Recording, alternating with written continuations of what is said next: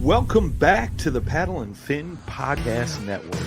We're brought to you by Pelican, built tough for all situations. Go to pelican.com. Yak Gadget, for all your fine kayak fishing accessory needs. Go to yakgadget.com. Eastport Marina, on the beautiful shores of Dale Hollow Lake. For all your lodging, kayaking, and fishing needs, go to eastport.info. Now let's get this show started.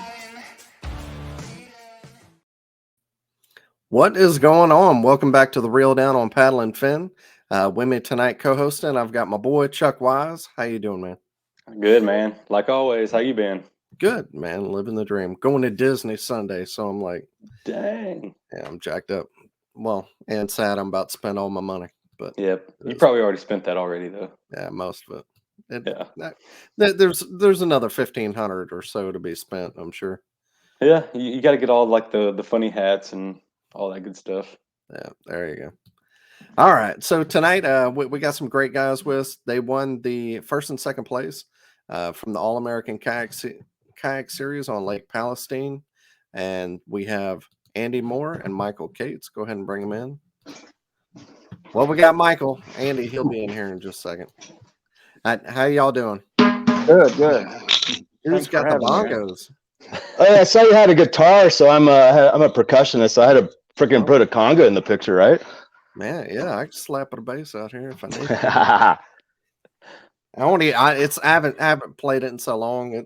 It's so bad out of tune. But hey, it doesn't. I mean, I just play alone in the basement. Nobody can hear me anyway, so it doesn't matter what we sound like.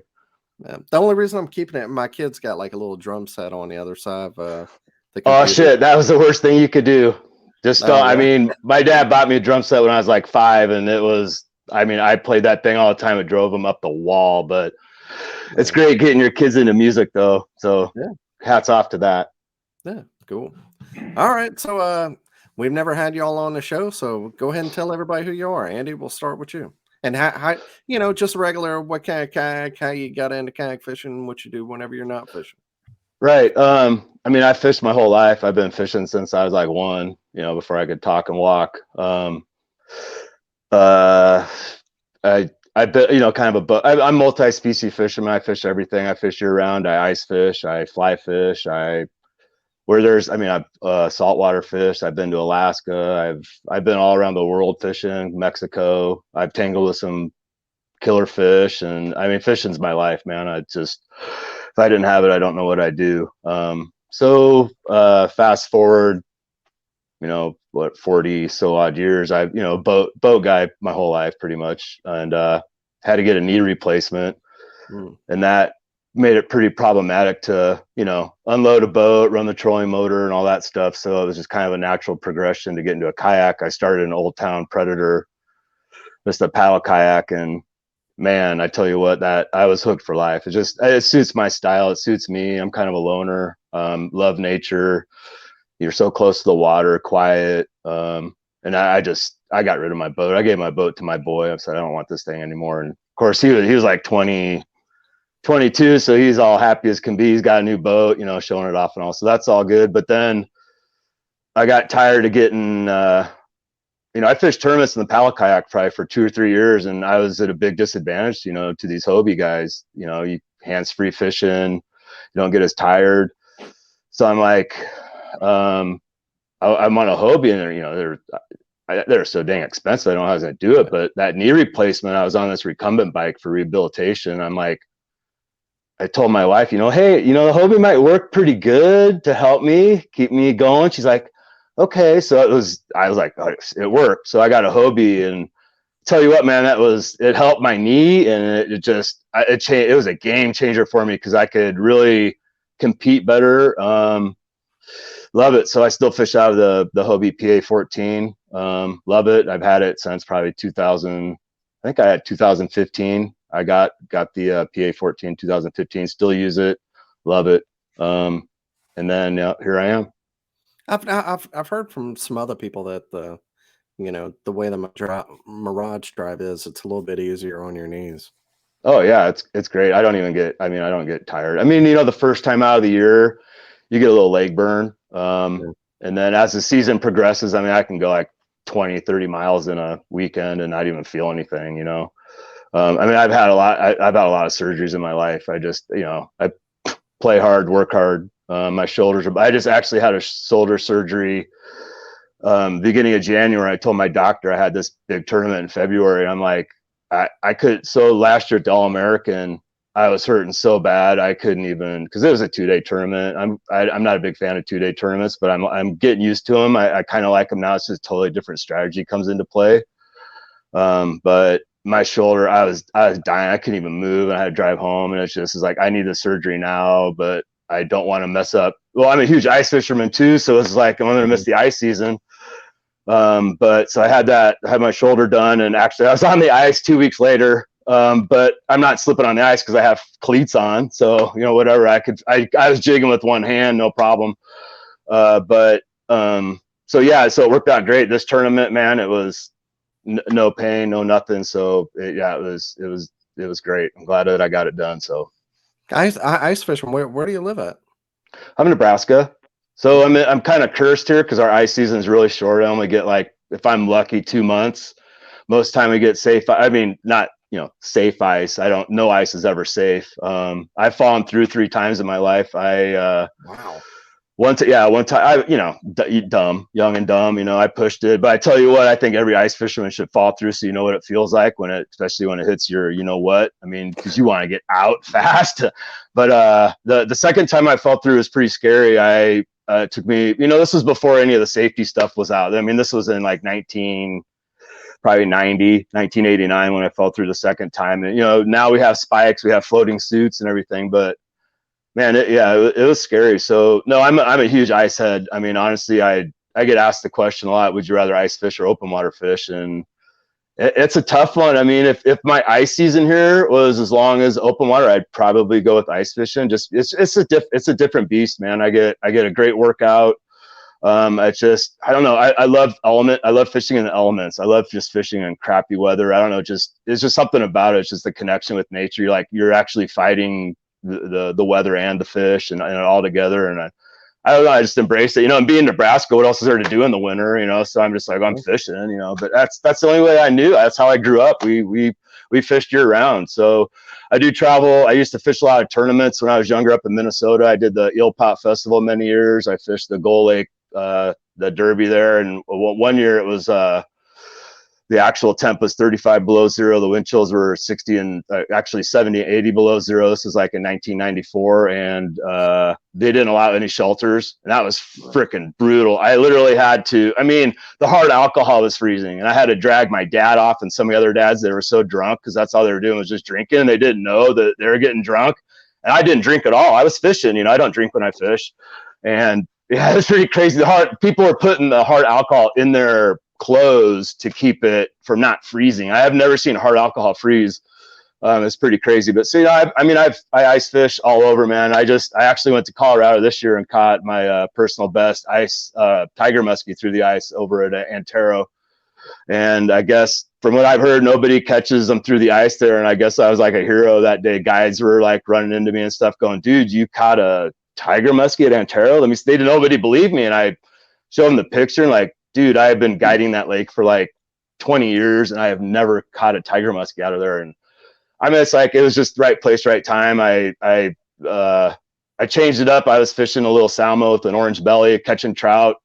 I was on a good pattern and the clouds came in, snow started falling, and all the trout were kind of looking at my lure and they weren't taking it. And I'm like, I need to put a little scent on there because the trout, they feed mostly by their olfactory sense. So they're really into the smell, but sometimes you can get on a reaction bite and just piss them off. If you jig real hard, they'll hit it. But yeah, so I put on this little, just a 2-inch gulp minnow on a little bright orange head.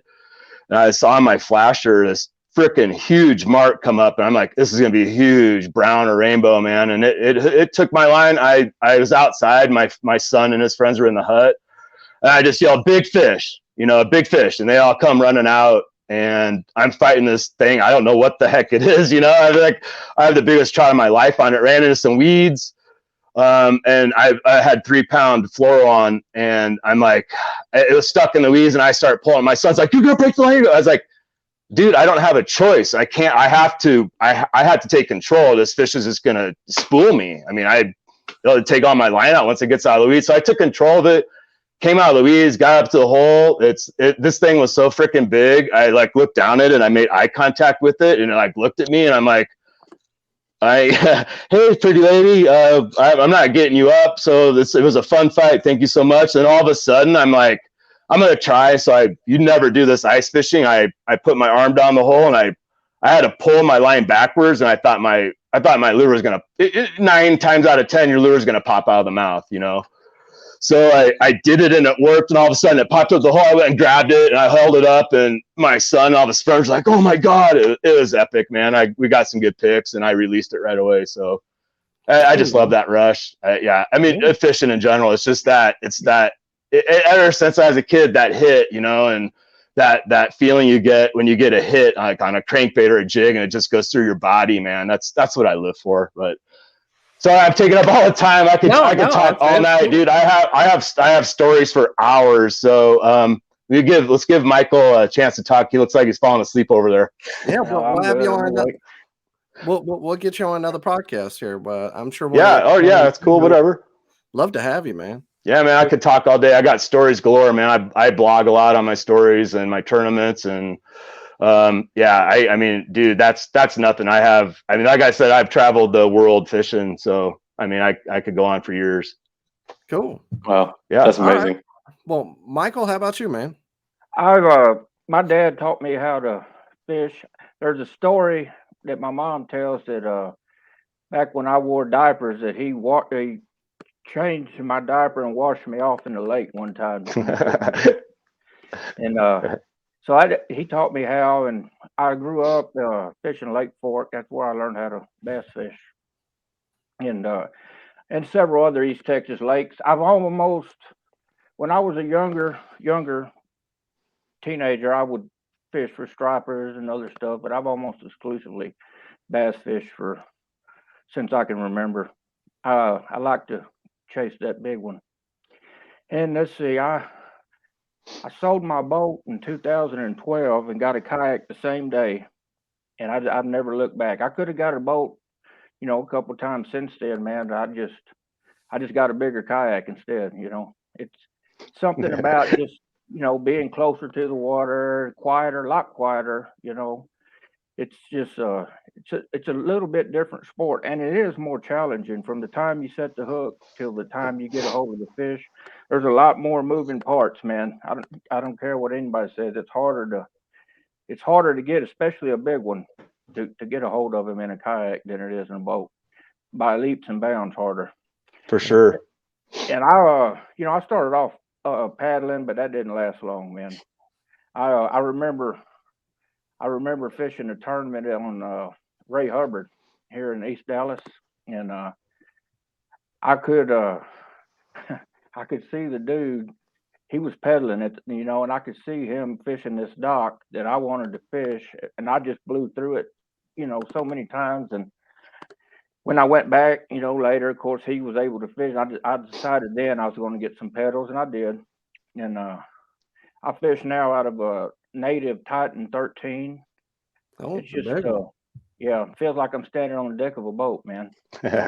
I heard they don't make them anymore, so I'm fixing to go buy my buddies that he never used, just so I'll have another one.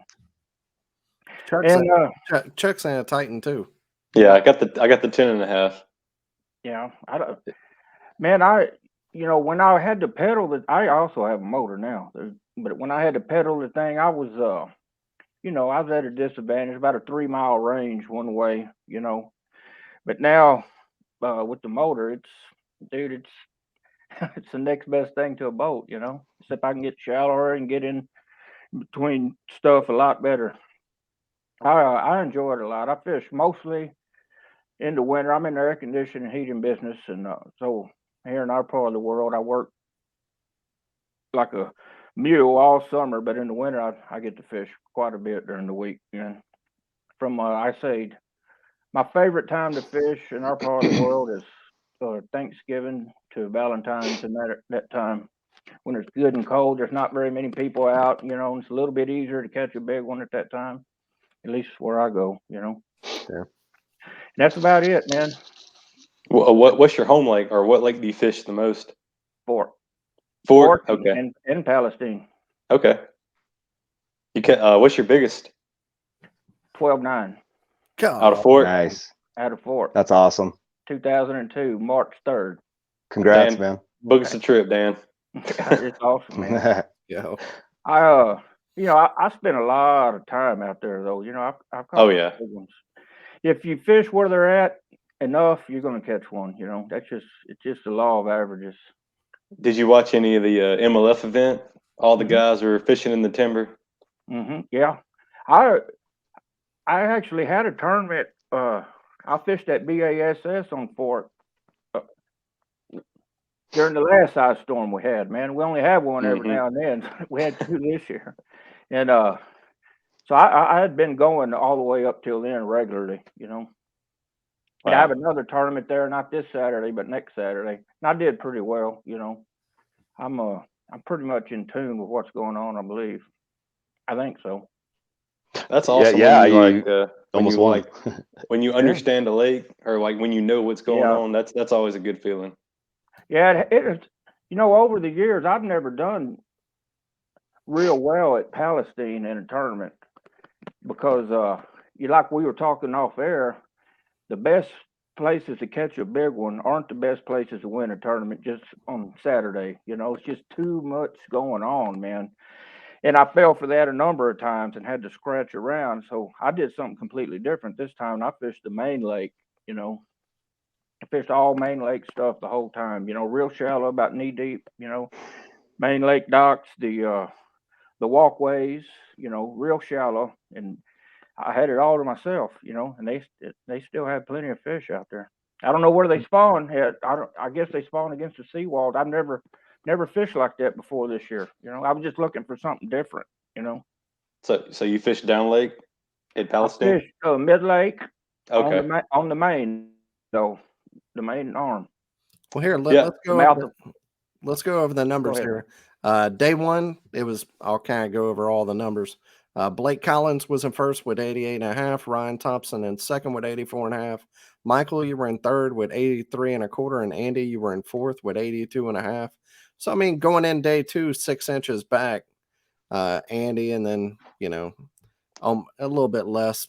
I'm from Mississippi. I can't count. And then day two, yeah, terrible.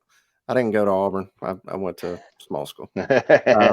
Day two, Desmond James, 94.75 mega bag. Jordan Westerman in second with 85. Andy in third with 84.75. And Brian Hillman in fourth with 83.25. He was going to be on tonight, but had something with his family come up. We've had him on before. And Good Michael, guy. super consistent with 81.25. Then for a total, Andy, you had 167.25. Michael 164.5, and then Brian was in third with 150.75. But I mean, it sounds like the numbers were pretty good looking at it, but whenever you look at Tourney X and look at all the numbers, I mean, it was brutal. Day one, only 7 people. Well, here, both days, only 6 people had a full limit both days, and that was at 55 anglers.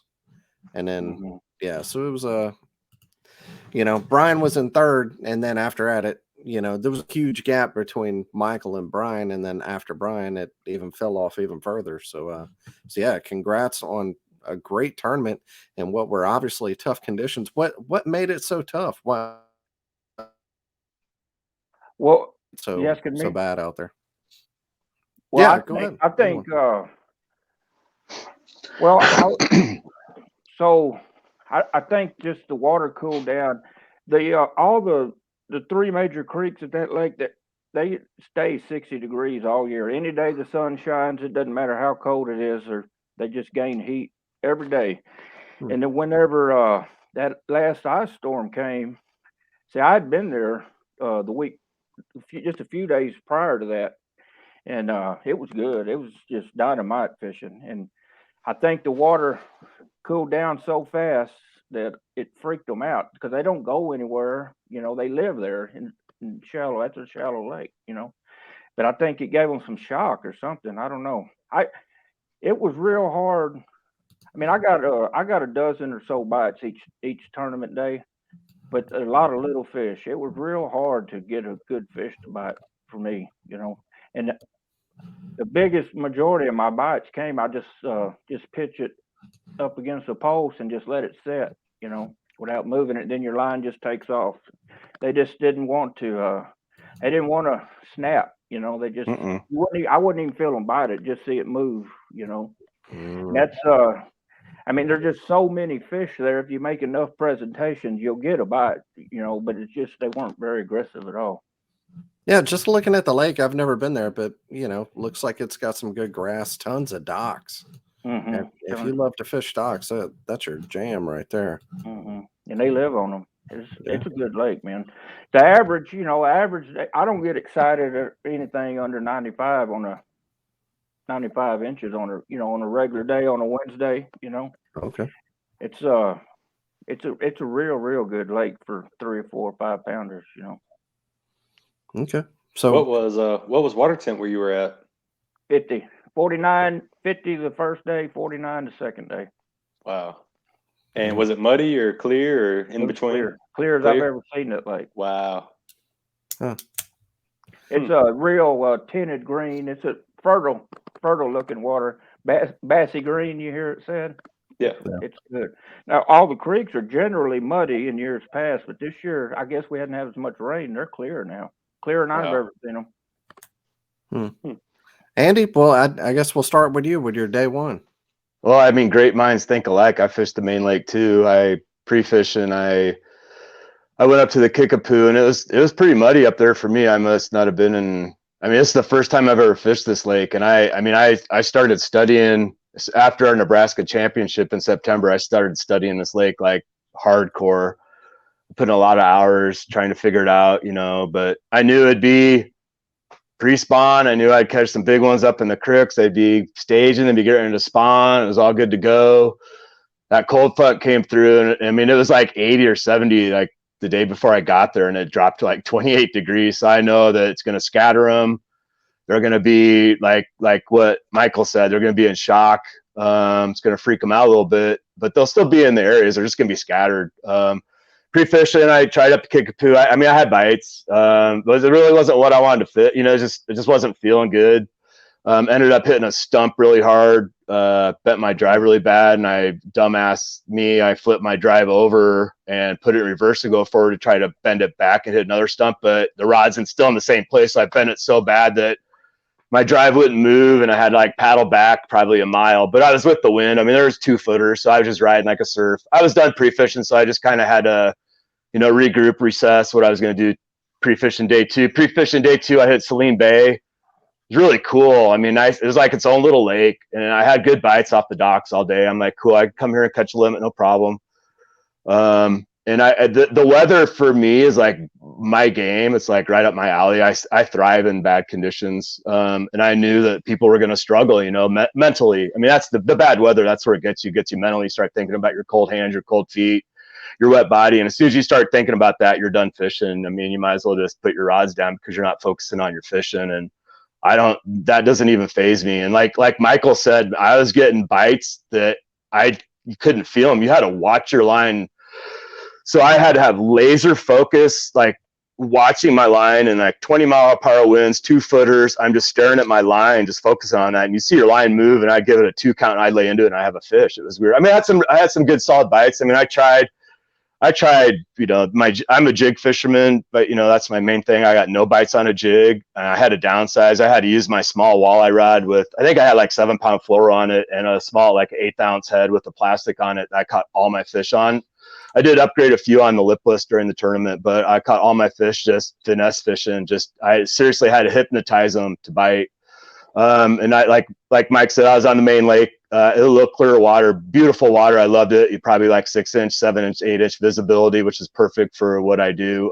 I do a lot of smallmouth fishing up north, so it's like you can see down like 15, 20 feet. So you really have to be quiet. You very light line, 6-pound fluoro, drop shot finesse. So I mean, the fishing set up perfect for me, but I knew day 2 that it's good. The sun was out, and I knew the Oklahoma, Texas guys were going to lay some big numbers. So my strategy day one was to get my 5 because I knew I could in these weather conditions, no problem. Like Mike said, I probably had 15 fish both days, bites, a lot of dinks. I think I did miss my personal best bass. It totally just it took control of me. I wasn't ready for it, and that's not like me. I'm always ready for a big fish, and I wasn't, caught me off guard and just totally just kind of laughed at me and spit me, and I was just like whatever. But so it's crazy you can still win the tournament, and that's still like I honestly that was not my thinking. I knew that, like, I mean, Mike's from Texas. I'm fishing against guys that, like, this is their home lake, man. They know this lake like the back of their hand, you know, and I knew I was at a big disadvantage there, but I had a really good mindset going into it. I was in a good place. And I knew if I got a limit day one, I might have a chance at getting top 10. And that's my goal every tournament, top 10. You know, I just kind of set it that top 10. But you need to kind of focus on that. But going into day two, I was a little worried. I'm like, you know, man, I got to get some big ones. I went to the same spot because I know these bass here in Texas. I fished Fork a few times, and I fished the TOC there in 2016. And I know they're territorial here more in Texas than they are in Nebraska. So I had some good bites, and I knew they'd be there tomorrow. I didn't sting them or anything. I knew they'd be in the same spots, and they were. So day two, I went to the same spot. This place I was at was just packed with fish. I mean, there's fish everywhere. So I could have had 4 or 5 guys there fishing. We all would. There's plenty of fish for everybody. So day two, you know, my first fish was that 20 1/4, and I was like, oh boy, this is a good start. And my second bite was it was an 8 or 9 pounder easy, and I lost that, and I about threw up. But it was early. It was only like 9 o'clock. So I'm like, it's good to lose your fish early than it is later, because you can forget about it quicker and move on. So I had my limit by noon, ate my lunch, took a deep breath, relaxed. I'm not a big tech guy. I just finally got good at submitting my fish on the water. I never did that before, and everyone called me a sandbagger.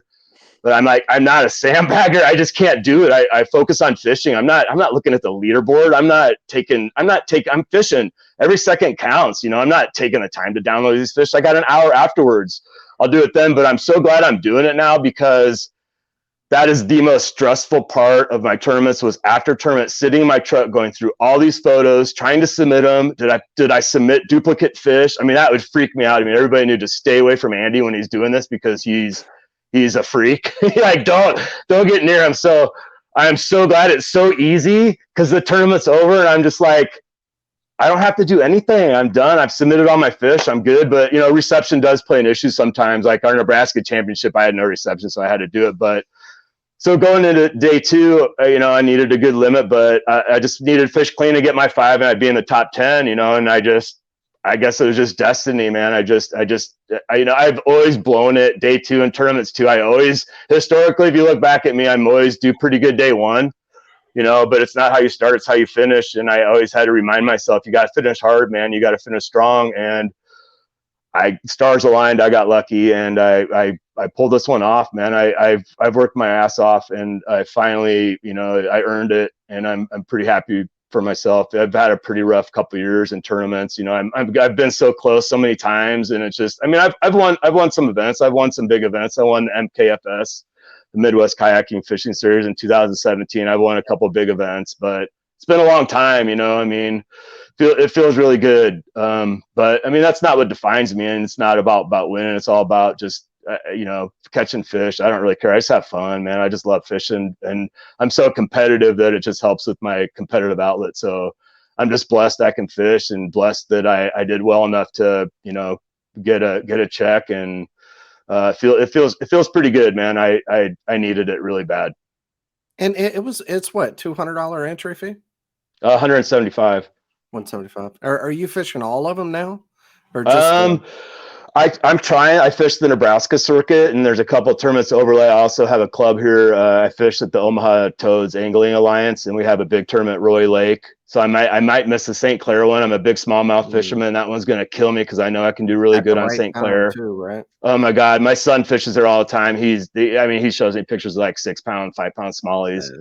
So I mean, if I can make it, I probably wouldn't even need to pre-fish it. I suppose I could get in the truck after South Dakota and Roy and fly up to Michigan. But man, that's like a 15-hour drive. I don't know if I can handle it, but it's tempting. But I'm gonna try to do as many as I can. I love this circuit. I love the guys that are doing it. Joshua and Tyler are great guys. I mean, you can't find any better guys in the world, honestly. I mean, they're just down to earth, great guys. Everyone that fishes this circuit are good guys. And that's kind of what gravitated me towards it. Plus it's like kind of like the old MKFS days in the Midwest, the guys in the Midwest. I get to fish with those guys again. And I'm so glad they did this. It fits my style, the people, I just fit right in. So yeah, I'm going to try to fish all of them if I can. And I know at the end of the year, they have a championship where that like all the different clubs, you can bring your top few people from your local. It's awesome. You can come and fish it. Yeah. Top 10 in any state. Yep. So this is their second. This will be their third year. They've done it 2 years, and I've qualified both years. So I finished just out of the top 10 in Nebraska the first year, but I got a roll down spot, and I'm like, I'm gonna make you guys proud and fish hard. And I did really good. I did the best in Nebraska, or second best in Nebraska. Or Pat Lassick actually, I think, got third or something, but I did pretty good. I was top 20. So I redeemed myself there. And then last year I qualified for it again. Another roll down. I didn't get top 10. And I actually got like 15th best in Nebraska. Like I said, I've had a couple of rough years, man. I mean, I don't know what, I wasn't right mentally. I don't know what was going on. I just wasn't there. I just had a lot of stuff going on in my life. And I couldn't really focus well, but you're back on it now. I'm back on it now, man. Yeah, I'm feeling good, but it could change, that's the thing about fishing these tournaments. You got it. It's just like anything in life. You have to be mentally sharp. You have to be mentally prepared. And if you got a bunch of clutter in your head, you got to release it, if you want to do well, because that'll just bother you. And you're not focused on fishing. You're focused on all the other noise and all the other BS. But yeah, no, it's a great series, man. I'm blessed to be able to fish it and have the opportunity to do it. Okay. Well, Michael, tell us about your tournament, man. So he's ready. He's got some more rods. Did you take that money and buy some rods? Oh yeah, I built my own rods, and that's just what I got in line. There you go. Nice. So I just fished a tournament on Palestine, and I got 6 fishing the main lake. But the way the wind was blowing, it was going to blow those docks out. So I had to find something else. And I was within a mile. I just was looking. I got there Friday, and wind blowing out of north. It was cold, man. And I just wanted to find something a little more protected. In the first, I did. I got a bite as soon as I got there, and went and found something else. So I knew where I was going to fish. It was about a mile-long stretch. I couldn't fish it all twice if I wanted to, not very good, thoroughly. So first day I think I had a limit at 9:45, man. First day of little ones, and so I went to this. I went through the first pass of the better, what I consider the better docks, and had a limit real quick. So I just went down the way. I didn't want to burn them up just in case. And I left 3 good ones in the water, man. I got broke off once by a real big one. And I had another one that came off when I was slipping the net under it. And I went back and got him Saturday. It's my biggest fish, or Sunday is my biggest fish. I'm pretty sure it's the same fish. Wow. Anyway, so, it was just, I'd start off with a jig. That's the way it's just the best way to fish. I fish a Viper XP jig. It's a stand-up jig with rattles in it, and I just throw it out there and just barely shake it enough for the rattles to do their thing, and just let it set. And they want to snatch it up, man. Just come by and snatch it up and take off. Well, they got off of that pretty early. I couldn't get, if I got 30 minutes without a bite on these prime docks, I know something's different. So I went to a little June bug worm on a stand-up head, man, and they just can't stand it, especially those little ones, And by the time, I was ready to quit Saturday, man. At 2 o'clock, I was ready to load up and go. I didn't want to go fish back through, because we got to, we got to leave something for tomorrow, man. And I don't know if you can fish those things out or not, but I didn't feel right going back through them, knowing I had another day to fish. So I went and fished. The best way I know to catch a great big fish in Palestine is to fish those hard spots in the sloughs and stuff where the current blows through. It's the best way I know to catch a great big one. And everybody knows that. It's not a secret, and it's just jam packed back there. But there wasn't anybody on the good part Saturday afternoon, so I went and tried it, and I just didn't get a bite at all. Which, it's I don't know. I couldn't find a fish at all, and that's a real good spot for a great big one. Then Sunday, it took me to 11 to get my limit on Sunday, and then I just turned around and went back through, and I'd upgrade every pass, I think I only caught one on a jig all day Sunday. Yeah, it was my first pitch in the morning. I caught one on a jig, and that's the only bite I got on a jig that day. I had to use the worm the whole day.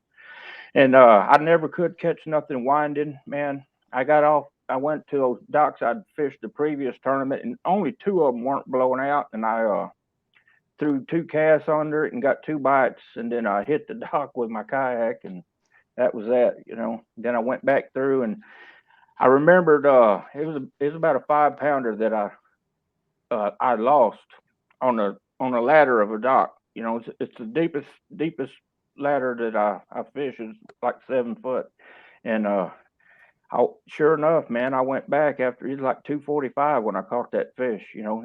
I'm sure it's the same fish. It looked the same, and he was there. And this time I lucky enough to net it. I just didn't. I didn't get any big bites on Sunday. It was different, man. Something I don't know either. They don't eat every day. Maybe I stuck the ones that were willing to eat, and that was it. I don't know. I just didn't get any good bites at all that I know of. I didn't miss very many fish. It was a weird thing. We could all load up and go down there tomorrow and kill them. It's been 75 degrees for 2 days. I'd do it. Yeah. It's an unbelievable lake. It's just the sheer number of good sized fish. It's unbelievable. It's my favorite place to fish. Probably there, maybe Fork. It's a toss up, but I love it. Now, I fish there a lot in the wintertime. I don't go too much in the summer because of my work. I'll go once a week maybe, but not in the winter. I spend a lot of time there. It's a fun place to be, man. Got all the good spots. Yeah.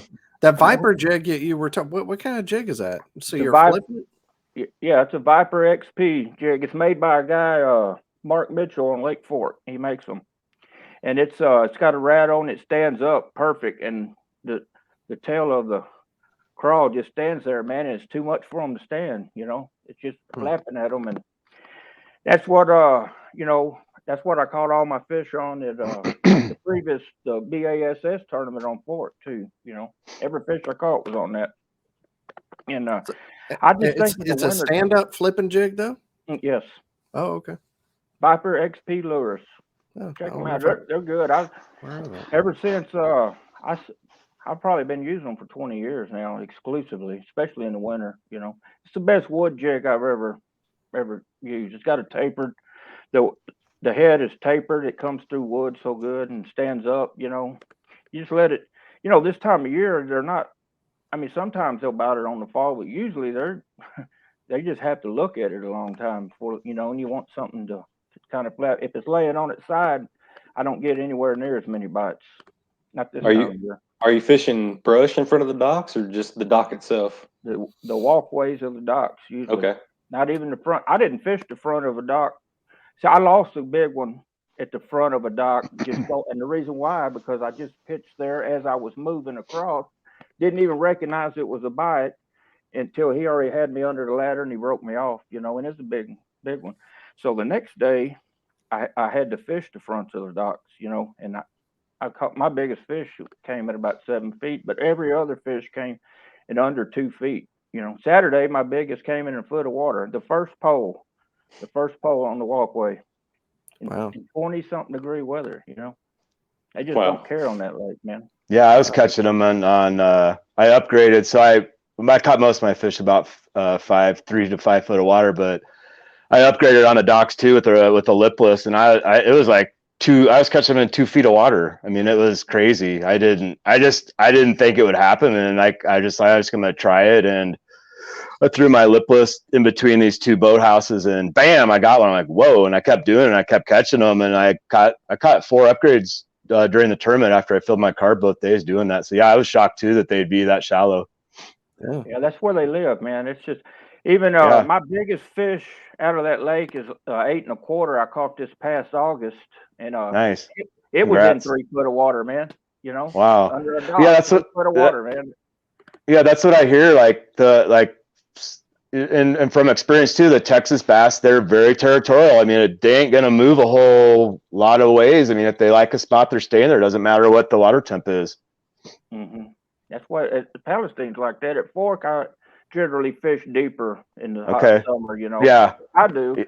It's just, yeah. When I fished, yep. I think when I fished Fork, I've caught all my fish in like 10 to 12 foot of water there. Yeah, I generally do. In the this time of year, you can't fish shallow enough. All winter, I fish shallow at Fork, but in the hottest summer, I like to fish. I just like fishing deep. You know. So I love offshore fishing too.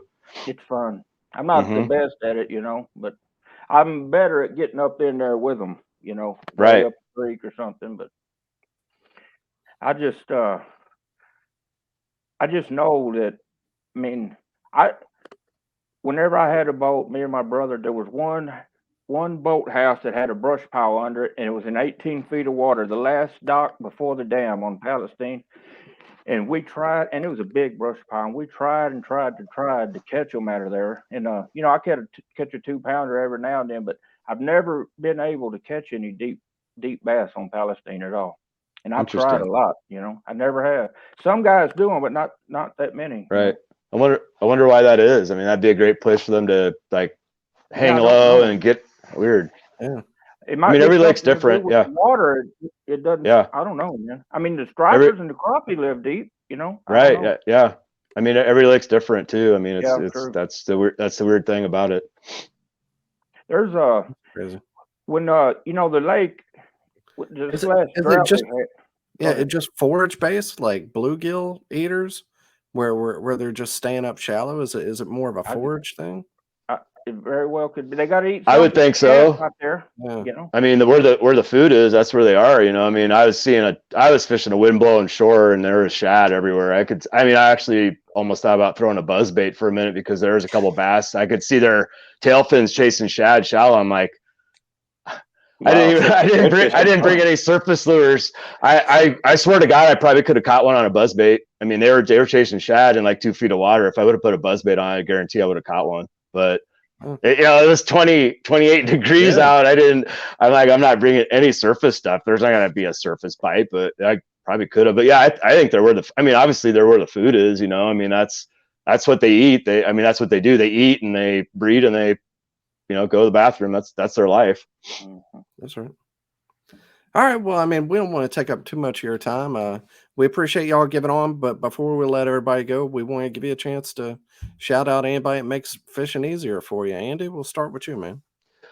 I mean, obviously my wife. I mean, she lets me do smart man. Yeah. Oh, right. Yeah. Check.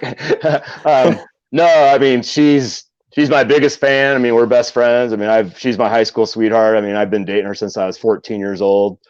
So her dad was a big outdoorsman. My whole family's a huge outdoors, hunting, fishing. I mean, I grew up outside, and I mean, my dad took me over. Her dad was a big fisherman, and her dad died when we were young, and I really never had a chance to meet him. I mean, it kind of kills me because I would have loved to fish with him. I never got to fish with him, but I mean, my wife and I fished all the time together. So she's my number one fan. Shout out to her. You know what? I don't have any sponsors. I'm just not into that game. I'm not a big YouTuber. I know you gotta like play. I'm just not, I'm older. I don't know. I mean, I'm sure if like Zoom called me or something, I'd be like, hell yeah, I'll hop on, but I'm just not big into the big sponsor things. You know, I honestly take a lot of pride going up and cashing a check with a blank shirt on. I don't know. Just, I don't know, just it's just kind of who I am, and just I'm not in it for that, you know. But I'm not saying I would never do it. I mean, like if I got the right calls and if someone was paying me to like fish full time, I'd do it for sure. I'd quit my day job. I mean, I own my own business, but I'd stop doing that. But I'd shout out to my local bass club, Toad's Angling Alliance, great club. I've been with them for a long time. Learn a lot. We got a lot of young guys. I learn a lot. You wouldn't think about it, but I learn a lot from the young guys. They think differently. They fish differently. They do things differently. They bring a lot to the table. Where's that out of? Where's that club out of? Omaha, Nebraska. Okay, cool. So we fish actually. So like every Wednesday night, starting here in a couple of weeks, we fish all the Omaha lakes, which is freaking hard. You're fishing lakes in a metro, Omaha. So I mean, we got, and they're not managed very well. I mean, our game and parks. I mean, you can't blame them. I mean, these are just flood control dams. They're not meant to, be awesome trophy fisheries. I mean, but we do good. I mean, I've caught 6-7 pounders out of them, 22 inchers. If you know what you're doing. I mean, I've fished these lakes my whole life, so I'm really good at them. I know how to fish them. But so we fish those, and then every month we have a DJ, which is called a du jour, which we travel out of state. To a lake, like our big one's Roy Lake in South Dakota. That one's in June. That's just freaking awesome, and a great time, great guys, great time to hang out. And then, I guess just shout out to everybody, all my competitors. Thank you for giving me the opportunity to compete, because if I didn't have you, we wouldn't be doing this. You know what I mean? So shout out to everyone that's passionate about fishing and loves it and to make this sport great, man. And shout out to everyone who's honest. Just back in the day, there were so many cheaters, man. Karma's going to get your ass. Just don't, I just heard, I was on that podcast last night and they were saying there's some guy in Arkansas that was cheating. I mean, like, I don't get it. I don't know why. What? Yeah. They'll get you eventually. Yeah, but I don't know why do people do it? Is it just they want the fame, or they're just so desperate to win? I don't get it. If you do it right and you work hard, it's gonna land in your lap. It's gonna happen. Just never give up. I mean, that's my motto. Never give up, man. I fish till the last second. It don't matter what in life, everything in life, my business, everything I pursue. If I put my eyes on it, I'm going to get it. I never give up, man. You gotta think positive. So, I mean, just shout out to all the good people, I mean, the world's crazy right now with all the crap going on, man. I'm heartbroken, man. I'm like crying about it. This just sucks. I wish people were more kind. So I try to do that, man. I can only control myself and what I do. I can't control what other people do. So I do my best to be kind, to give, to help. And I love helping people fish, man. I don't care. I'll share anything. I'll tell you where I'm catching them. I'll bring you to my spot. I don't care. I mean, you still got to catch the fish, but I just shout out to all the cool people, shout out to all the nice people. 'Cause that's the most important thing in life. I like it. All right, Michael, how about you, man? Well, from my perspective, I believe in God, and it all starts with Him from the creation onward. So, the biggest thanks, I just give thanks to Him for allowing me the means to do this. And my brother and my wife, I got a business too. When I'm gone, my brother makes sure it's not burnt down when I get back, and that's just, I can't thank him enough. And my wife keeps everything going in the house, make sure all my bills are paid and the lights are on and something to eat in the fridge while I'm off running around. And there's just not, I can't say enough about that, And I'll tell you, as far as fishing goes, there's a little tackle shop in North Richland Hills, Texas called Anglers Pro Tackle and Outdoors. From my kayak to 95% of the stuff in it is it came from that shop, and it's they're one of the mom and pop shops. It's a real good place. They do online business too. If anybody wants to give them, just give them some business, man. They're going against Bass Pro Shop 20 minutes down the road, and that's a rough way to make a living, man. And they do it good. Heck yeah. They really care. Yeah. It's my favorite place to go in the whole world. It's awesome. And they help us, I live in a big, huge metropolis, DFW Metroplex. And out of, we got a big, North Texas kayak. It's a big one. And Uh-oh. Anyway, and we're lucky here. We got Mariner Sales and Anglers Pro Tackle, and we're all well situated as far as sponsorships, and they take interest in what we do, and that's I thank them for that. Looks like my battery's about to die, man. All right. Well, we made it just in time. Then. Yeah, I know. Great time. Hey, I don't know how to plug it up, man. Yeah. All right. You're like me. We appreciate y'all guys. Thank you for being on, and have good luck the rest of the season. Hopefully we'll have you back on after you win some more. Yeah, keep that momentum going, guys. Keep it up. Yeah, thanks for having me. Hey, great job, Michael. Michael, it was an honor. It was an honor fishing against you, man. I didn't realize that that was your that was your home turf, man. I'm humbled and honored that I was able to fish against you and do well against you. So good, hats off to you, man. I had a good time. Great time. Thank you. I'll see you in Kentucky. I am going. Yep. Me too. All right, man. Safe travels. Thank you for having me, guys. Thank you. All right. Yeah. Good luck, gentlemen.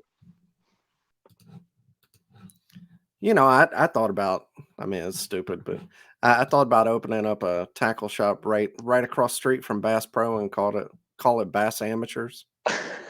And just carry all the baits that they don't sell. Like, if they don't have what an X Zone or whatever brand it is that you like, just carry this stuff that they don't, because even if they're Bass Pro, they can't have everything. The Bass Amateur shop or shack? It's a terrible idea. Don't do it. Nobody take that. And you got the Tanger outlets. You can put it up over there, or you can put it in Buc-ee's. Buc-ee's is right there. Yep. Now you got it. Yep. All right, so let's go over these tournaments. We got I think I missed a couple of them here, but we had Georgia Bass Nation on Lake Eufaula. They had 43 anglers. Dylan Lowry won that with 90.5. Joseph Gayton with 88, and Josh Choi with 87 3/4. Natural State Kayak Anglers, they were on Greer's Ferry, 39 anglers. Tyler Kirk Endall, there we go, 79 1/4. I'm from Mississippi. Yeah, you got to take it easy on me. I barely read. Mark Cawthron with 74 and Jody Bowers with 73 inches. And then Kayak Anglers Association, they were on Bartlett Lake out in Arizona, 35 anglers. Mark Kyle with 77 3/4. Raymond Rana with 71 3/4, and Andrew Martin with 68 3/4. So, congrats to them, and thank you for being my co-host there, Chuck. Yeah, man. Appreciate you, man. Andy and Michael, man, those are some good guys. It's what, not only him coming in and winning on that lake, but it's tough to be consistent on your home lake too. Yeah, for sure. Yeah. That home field advantage isn't good all the time. No, it's really not. Lord, I know that one. But Chuck, while you're here, tell everybody your social media, man. Chuck Wise. You can search for on Instagram. I think it's Chuck Wise Fishing. Facebook is Chuck Wise. I have a small stupid YouTube channel, but Dan, he's got a growing YouTube channel now. Yeah, I went viral. I have like 120 followers. Dude, now, so. I got like 12. All my mom, my dad, my wife. Hey, I'm following. So look, you can look at mine, Daniel. Those friends. But get on Chuck's YouTube, man. Show him some love. I've watched your videos. You have good on the water footage. Mine's just like, I don't have a GoPro out in the kayak yet, so I'm just doing like stupid. And I give away some juice, but I'm doing like my juice. I don't know if it's like the juice for everybody, but I give away what I think is. Well, maybe we can just merge them, because I'm gonna film. I didn't film Lay because it was so cold. And I don't know. I was not looking forward to that event, so I didn't even take the GoPro. And I'm glad I didn't, because I caught 3 fish. That was it. Yeah, I caught 1. So there you go. But on Logan Martin, I'll be filming. I'll film all the rest of the tournaments that we fish. So editing just takes so long. Does it? See, I don't even know. All of mine are using like one shot, and then you're done. Yeah, mine are vlog style. If it sucks, I go back and re-record it. Dude, so I usually record twice, because the first time I'll say something really ignorant, and then I'll go back and re-record it. Dude, I wish I could just like put the whole day on there, but it's like, 8 hours or 9 hours. You can't. It's impossible to load all that on there. But it's man, yeah. Or I could go live, but on YouTube to go live, you got to have like 1,000 subs. So yeah, if you guys want to see some live fishing out of a kayak, go sub. There you go.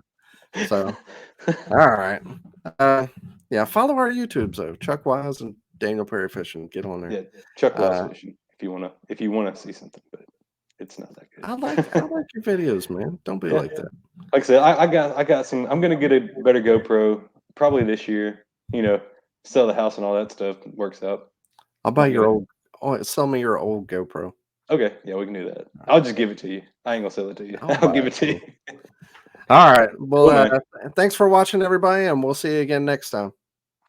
Oh, and as I always say, wear your PFDs. I think I got it. I'm obligated to say that now. You got to say that. Yeah. All right.